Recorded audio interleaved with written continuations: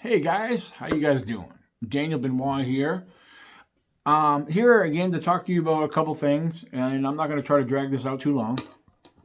But I feel that it's necessary to share what I'm about to share because some of you are misinformed or misled or just simply not informed at all.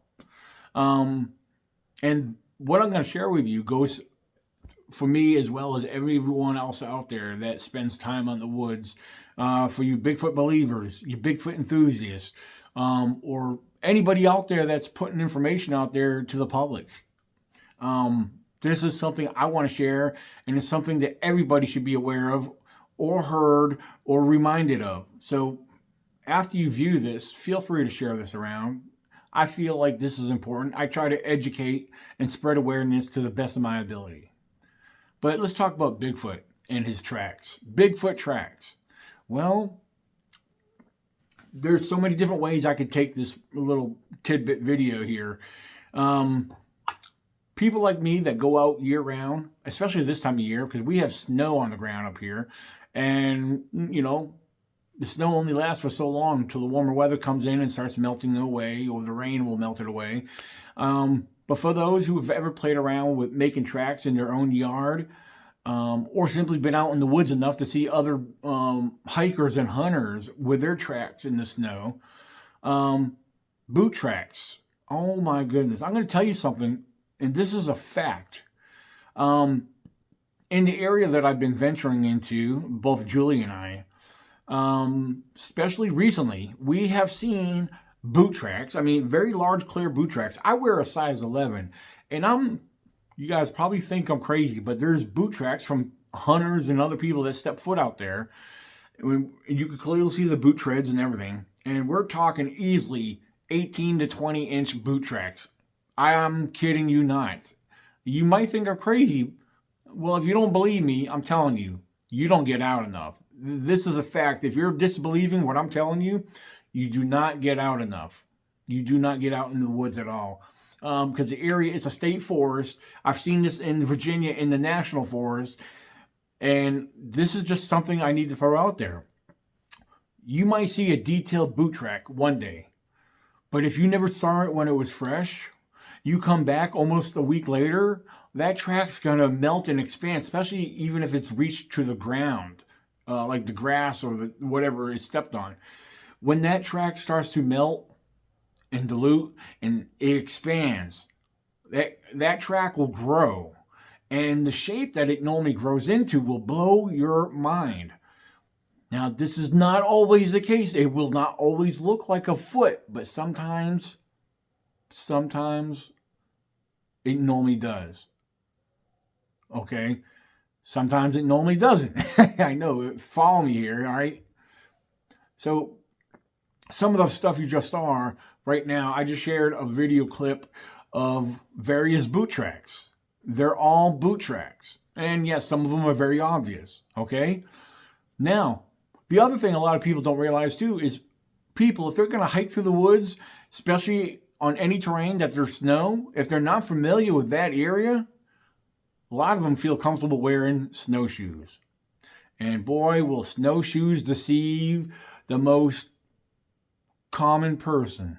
And I'm going to tell you, snowshoes will blow your cookies. Yes, you might see fresh snowshoes, and you can see the pattern of them. The snowshoes today, they're not that big. I mean, most of them are usually about up to 24 inches in length. Some of them they're outlawed, and they're made in a frame bar, and they have claws on the bottom. Okay, so when you step, it gives you that grip. But now, sometimes they make it look like a bunch of holes in the ground after, depending on the thickness of the snow you're stepping in. They'll look huge. They'll look deep, But let's picture the snow that's melting away, the snow that's very thin, and you start to see the grass underneath, such as what you're seeing in this video. The snow will look like a very large melted away, well, let's not even say melted yet. It will look like a huge humanoid foot track. Okay? And what's going to appear to be toes in that track is the way the snow got picked up when it stepped, because a lot of these snowshoes have a curved, um, tip.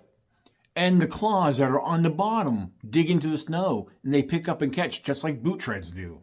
Okay? Listen to what I just said. It's the shape of the snowshoe, the claws on the bottom, and the curved tip of the shoe. Yes, again, these are anywhere from 20 to 24 inches.